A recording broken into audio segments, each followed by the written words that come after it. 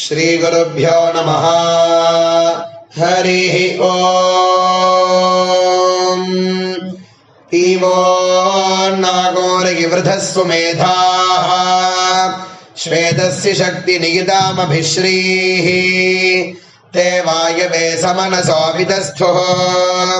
विश्वे नरस्वपद्यानि चक्रुः रायेण यञ्जज्ञतो रोदसी उभे राये देवी धिषनाथादिदेवम् अथा वायुर्नियुतः षष्ठत स्वाहा उत श्वेतं वसुधिर्निरेगे आवायो प्रयाभिः प्रवायुमच्छा बृहती मनीषा बृहद्रयिं विश्ववारागोरथप्रा द्युदद्यामानियुतः पद्यमानः कविः कविमियक्षसि प्रयज्यो आनो नियुद्भिः शतिनीभिरध्वरम् सहस्रिणीभिरुपयाहि यज्ञम् वायो अस्मिन् हविषिमादयस्व यूयम् पादस्वस्तिभिः सदा नः प्रजापतेन त्वदेतान्यन्यः विश्वा जातानि परिदा बभूव यत्कामास्ते जुहमस्तन्नो हस्तो वयज्ञस्यामपदयो रहीनाम् पतीयजदम् बृहन्तम्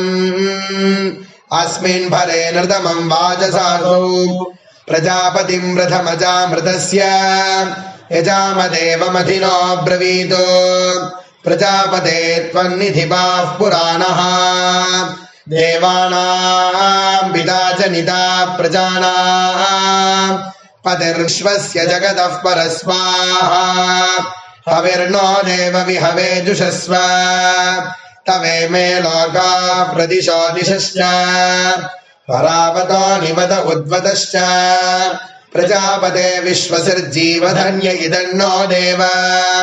प्रतिहर्य हव्यम् प्रजापतिम् प्रथमै यज्ञियानाम् देवानामग्रे यजतै यजध्वम्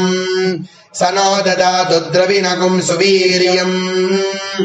रायस्पोषम् विश्यतु नाभिमस्मे यो राय ईशे सददाय बुद्ध्यः यः पशूनागो रक्षिताविष्ठितानाम् प्रजापतिः प्रथमजारदस्य ओ